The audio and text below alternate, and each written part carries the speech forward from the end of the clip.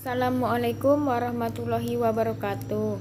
Saya Indah Novitasari dengan nomor induk mahasiswa 2011306002 dari Prodi Pendidikan Guru Madrasah Ibtidaiyah.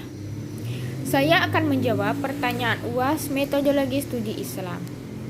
Yang pertama, jelaskan apa pengertian metodologi studi Islam secara etimologi dan termologi, beserta tujuan mempelajarinya. Metodologi studi Islam menurut bahasa atau etimologi, metode berasal dari bahasa Yunani yaitu meta atau sepanjang, hodos atau jalan. Jadi metode adalah suatu ilmu tentang atau cara langkah-langkah yang ditempuh dalam suatu disiplin tertentu untuk mencapai tujuan tertentu. Metode berarti ilmu cara menyampaikan sesuatu kepada orang lain. Metode juga disebut pengajaran atau penelitian. Sedangkan menurut istilah atau termologi, metode adalah ajaran yang memberi uraian, penjelasan, dan penentuan nilai. Metode biasa digunakan dengan penyelidikan keilmuan.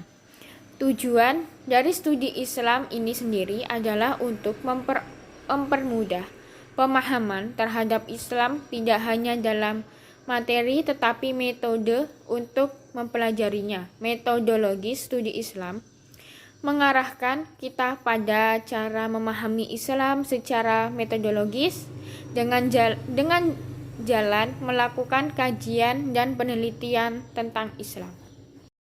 Terdapat beberapa perbedaan antara metodologi studi Islam, perspektif Islamologi atau Barat, dan perspektif umat Islam. Studi Islam di Barat kaya dengan materi tetapi lemah di bidang metodologi sementara. Di sisi lain, studi Islam di Barat miskin materi tetapi kaya dengan metodologi. Apakah benar Barat lebih baik dari segi metodologi kalau secara materi itu sudah dapat diduga di dunia Arab? Lebih baik ketimbang Barat secara materi.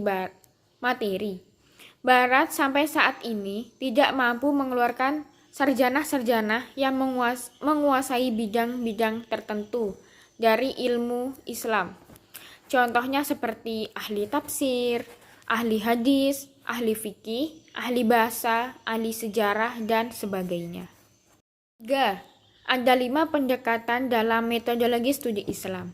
Yang pertama, pendekatan teologis normatif. 2. Pendekatan antropologis. 3. Pendekatan sosiologis. 4. Pendekatan historis. Dan yang terakhir, pendekatan psikologis. Pertama, pendekatan studi Islam normatif adalah suatu pendekatan ajaran agama Islam yang memandang ajarannya tapi dari segi Al-Quran. Pendekatan ini merupakan pendekatan yang memandang agama Islam dari segi ajarannya yang pokok dan asli. Dari Tuhan yang diambilnya belum terdapat penalaran atau penafsiran dari pemikiran manusia. Yang kedua, pendekatan antropologi. Dari bahasa Yunani terdapat 2 kata, yaitu anthropos berarti manusia dan logos berarti studi. Jadi antropologi merupakan suatu studi disiplin ilmu yang berdasarkan rasa ingin tahu yang tiada hentinya tentang makhluk manusia. Antropologi secara sederhana dapat diartikan sebagai ilmu yang mempelajari tentang masyarakat, kebudayaan. Kebudayaan itu sendiri adalah hasil kegiatan dan penciptaan batin manusia.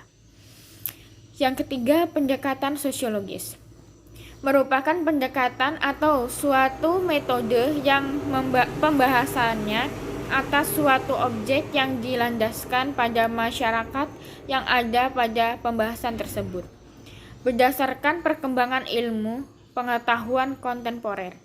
Ilmu ini digunakan sebagai salah satu metode dalam rangkaian pemahaman dan pengkaji agama.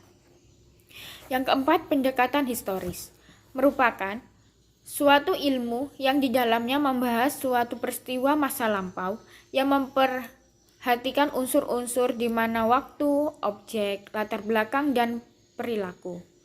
Dan yang terakhir, pendekatan psikologis merupakan usaha untuk memperoleh sisi ilmiah dari aspek-aspek batin pengalaman keagamaan. Psikologis atau ilmu jiwa adalah ilmu yang mempelajari jiwa seseorang melalui gejala perilaku yang dapat diamati. Akhir, sebutkan dan jelaskan makna studi Al-Quran beserta metode tafsirnya, serta sebutkan dan jelaskan fungsi hadis beserta metode penelitian sanad dan matannya. Al-Quran dan hadis adalah sumber dari berbagai sumber, yang utama sebagai aspek kehidupan masyarakat muslim. Penelitian studi Al-Quran dan hadis memperhatikan beberapa aspek baik kompetensi dirinya sendiri maupun aspek yang menjadi alat penelitiannya. Aspek tersebut terdapat pada ilmu tertentu yaitu ulumul hadis dan ulumul Quran. Dalam Islam, Al-Quran terdapat ilmu qiraat Al-Quran, sedangkan dalam ilmu hadis mempelajari tentang taklif al-hadis dalam periwayatan seperti sanad, matan, dan rawi. Metode pengkajian studi Al-Quran menggunakan studi penafsiran riwayah dan dirayah, sedangkan hadis menggunakan penafsiran eksploratif dan komparatif. Sekian dari saya. Wassalamualaikum warahmatullahi wabarakatuh.